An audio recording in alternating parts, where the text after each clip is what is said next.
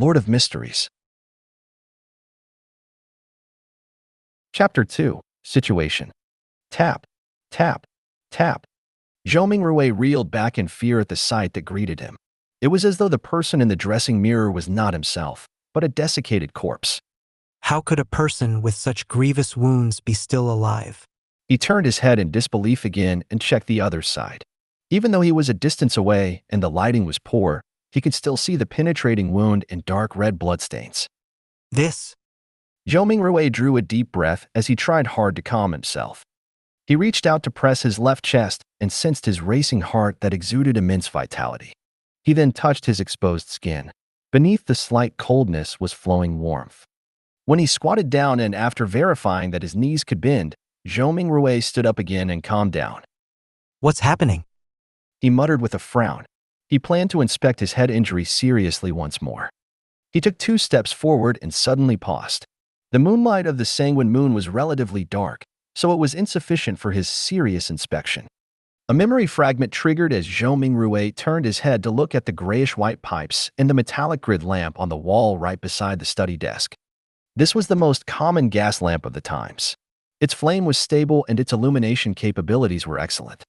With Klein Moretti's family situation, even a kerosene lamp was a dream, much less a gas lamp. Using candles was most apt for their standing and stature.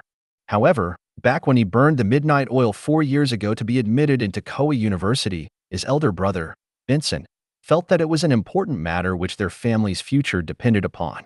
Therefore, he insisted on creating conducive studying conditions for Klein even if it meant taking on debt. Of course, Benson, who was literate and had worked for several years, was not a rash person who did not think of the consequences. He had quite some tricks up his sleeve. He reasoned with the landlord to raise the apartment standards by installing gas pipes to improve the likelihood of rentals in the future. The landlord was convinced and provided the money to complete the basic modifications. Then, using the convenience of working at an import and export company, he purchased a brand new gas lamp which was nearly at cost price. In the end, all he needed was to use his savings and did not need to borrow money. After the memory fragment flashed past his mind, Zhou Mingrui came to the desk where he turned the pipe's valve and began twisting the gas lamp switch. With a sputtering sound, a spark sounded from friction. Light did not descend upon Zhou Mingrui as he had expected. He twisted the switch a few more times, but all the gas lamp did was sputter and remain dark. Retracting his hand and pressing on his left temple, Zhou Mingrui sought for the reason by rummaging through his memory fragments. A few seconds later, he turned around and walked toward the door. He arrived at the machine installation which was similarly inset into the wall and had grayish-white pipes connected to it. This was a gas meter. After seeing the exposed gears and bearings, Zhou Mingrui took out a coin from his trousers pocket. It was dark yellow in color and had a bronze shimmer to it.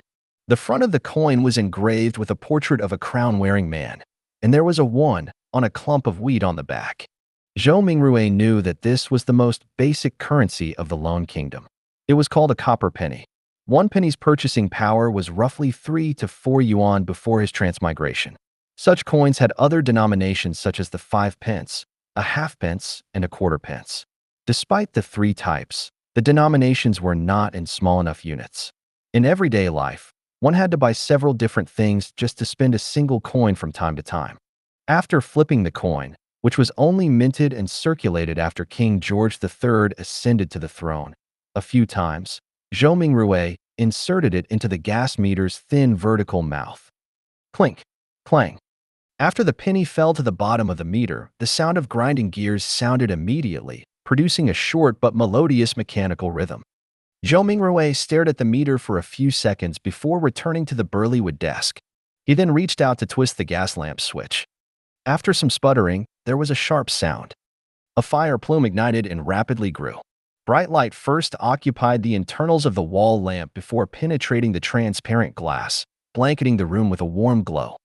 The darkness quickly receded as the crimson retreated out the window. Zhou Mingrui felt at ease for a baffling reason as he quickly came in front of the dressing mirror. This time, he seriously inspected his temple and did not miss a single detail. After a few rounds of inspection, he realized that apart from the original bloodstain, liquid was no longer flowing out of the grotesque wound. It appeared like it had received the best hemostasis and bandaging. As for the slowly squirming grayish-white brain and the discernible growth of flesh and blood around the wound, it meant that the wound might take 30 to 40 minutes, or maybe even 2 to 3 hours before it would only leave a light scar. The restorative effects that transmigration brings? Zhou Mingrui curled up the right corner of his mouth as he muttered silently. Following that, he let out a long sigh. Regardless, he was still alive. After settling his mind, he pulled open a drawer and took out a tiny piece of soap. He took one of the old and tattered towels hanging by the side of the cupboard and opened the door. He then walked to the public bathroom, which was shared by the tenants on the second floor. Yes, I should clean up the bloodstains on my head or I'll keep looking like a crime scene. It's fine scaring myself, but if I were to scare my sister, Melissa, when she gets up early in the morning tomorrow, it would be quite problematic. The corridor outside was pitch black. Silhouettes were barely accentuated by the crimson moonlight from the window at the end of the corridor. They looked like a pair of monster eyes that silently observed the living late into the night. Zhou Mingrui lightened his footsteps as he walked towards the communal bathroom with a shuddering fear. When he entered, there was even more moonlight, allowing him to see everything clearly. Zhou Mingrui stood in front of a wash basin and turned the tap's knob. Upon hearing the gushing sound of water, he suddenly recalled his landlord, Mr. Frankie. As water was included in the rent, this short and thin gentleman who wore a top hat, a vest, and a black suit always inspected the bathroom actively to take note of any sounds of flowing water. If the water gushed too loudly, Mr. Frankie would ignore all of his gentlemanly traits by flailing his walking stick and striking the bathroom's door, shouting things like, "Darn thief. Wastage is a shameless matter. I'll remember you. If I see this happen another time, scram along with your filthy luggage. Mark my words. This is the most value-for-money apartment in Tianjin City. You will not find a more kindly landlord anywhere else." Putting away those thoughts, Zhou Mingrui used a moist towel to clean the blood stains from his face again and again. After checking himself using the rundown mirror in the bathroom and verifying that all that was left was a hideous wound and a pale face, Zhou Mingrui relaxed. Then, he took off his linen shirt and used a bar of soap to wash away the bloodstains. At that moment, he knitted his brows and recalled a possible problem. The wound was too exaggerated and there was too much blood. Apart from his body, his room likely still had signs of his injury. After Zhou Mingrui was done with his linen shirt a few minutes later, he briskly returned to his apartment with a moist towel. He first wiped the blood handprint on the desk and then, using the gas lamp's illumination, sought out spots which he missed out. He immediately discovered that quite a substantial amount of blood had splattered onto the floor beneath the desk, and there was a yellow bullet to the left side of the wall. Releasing a round with a revolver pointed at the temple? After mixing and matching the clues from before, Zhou Mingrui had a rough idea how Klein had died. He was in no hurry to verify his guess. Instead, he seriously wiped away the bloodstains and cleaned up the scene.